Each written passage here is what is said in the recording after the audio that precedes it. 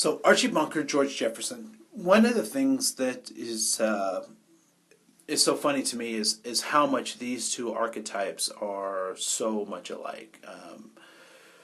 Archie Bunker was kind of this blue collar, everyday guy, kind of trapped in this kind of unenlightened state. And I find it interesting that people really were drawn to him for two reasons. One is that some people saw him as a satirical figure, that he demonstrated the insanity of individuals with a closed mind, and he also represented for others a voice to say things that other people couldn't say in the public, or wanted to say, but didn't have forums to say. So I think Norman Lear was really surprised by the effectiveness of that particular of Archie's character on the American psyche, and thus George Jefferson was kind of born that same kind of thing, but placed in a different context. He was given kind of the opposite of Archie Bunker's position. He was a businessman who had a successful cleaning business, a dry cleaning business, and lived in a high-rise apartment, and all these things. So essentially, their contexts were different, but their archetypes were very much the same. And so when we talk about these two individuals, I really want to focus on kind of what was it that created these bigoted kinds of attitudes, and what exactly is a bigot. And so one of the things that I'd like to submit to you is that bigotry is an emotional state. And so the only way to change or augment emotions is to bring a different set of emotions into the picture. And so when we encounter bigots in our own lives, it's important that we figure out ways to love them, to honor them, because in that we start to change who they are. But before we can really get to that, we need to understand some basic premises about how those things get set up. And what I would suggest is that all of our human behavior is a result of people's adaptation to their context. And that adaptation has a fancy word that we like to call culture. So culture basically is people's adaptation to the context that they're living in. So I know that when I've done workshops, I've asked this question. I've asked how many people's grandparents refer to Brazil nuts by a different name. And sheepishly, people will raise their hands. And for those of you who don't know, I will share with you that Brazil nuts are also, particularly by older generations, those who grew up, in the 50s and back, they typically refer to Brazil nuts not by that name, but by the name nigger toes. And, it's so pervasive that some folks have never recognized that there's a different name for those nuts than nigger toes. Well, what's problematic about nigger toes? Particularly if we use that to describe Brazil nuts today, we're going to have a problem. Why are we going to have a really big problem? Because the context has changed. Now, has it always been inappropriate to call Brazil nuts by that name? I would say yes. However, I also know that so many people have done that in the past that on some level it was acceptable to use that, because the context was such that African American and black people could not challenge the use of that word without there being some pretty severe retribution for trying to suggest that there should be another way that we talk about that particular nut. And so context becomes everything. And so people will say, well, these people haven't spoke up about this, or they didn't complain about this until now. How come I'm just now hearing about this? Well, what we have to take into account is that the context now provides opportunities for people to speak up and to share their views where a past context did not allow for that to happen. What that also means, though, on the other side, is that we have a responsibility to be open to hear folks, and we have a responsibility to speak and let our voices be known. And so the context will determine how well those two things are able to happen.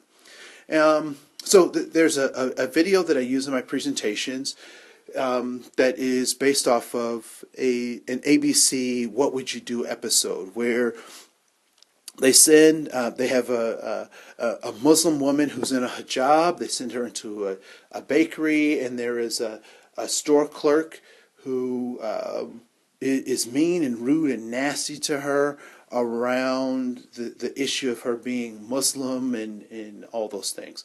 And so these two individuals are having this conversation, and they are paid actors where the community comes in to buy things, and they kind of watch what happens when this man spews out this hate, and then how people respond to that. And so this "What Do You Do" episode plays out, and these are some of the results of the episode. That there are three groups that they start to pay attention to as a part of this episode. One group is the negative sixes. So these negative sixes are individuals who do not want this woman to have apple strudel, as it may be. These are the people who are outspoken, and they say, congratulations to the store owner for being discriminatory to this woman. They say this is how it should be, blah, blah, blah, blah, blah, blah, blah. The second group is a group of 13 people who stand up and say something on behalf of this woman. And they say, you can't treat her like this, you shouldn't do this, that's wrong. And so they stand up for that woman. And then there is the 22, the largest group of individuals who say or do nothing.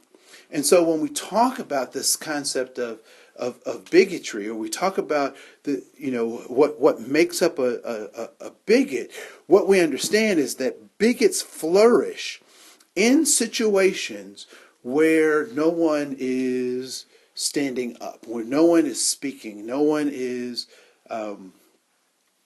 challenging thought processes of those bigots. And so it becomes important that we challenge those things.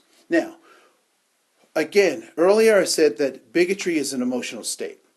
So if these bigots are already emotional, does it help to bring in an additional negative emotional feeling? So when I see a bigoted person, is it helpful for me to identify and call them what they are? Is it helpful for me to say to a bigot, hey, you are a bigot? Does that encourage them to want to get better? Does that encourage them to want to have conversations? Typically, I would say that the answer to that is no. It does not inspire them to give up their bigotry. Also, the other thing to recognize or understand about these negative sixes, so if we call them names, that's not an encouragement for them to change their ways. The other thing about the negative sixes, or these bigoted people, is that they weren't born this way. That due to socialization, due to the context that they've lived in, they've adapted their behavior because this bigoted behavior at some point paid off for them.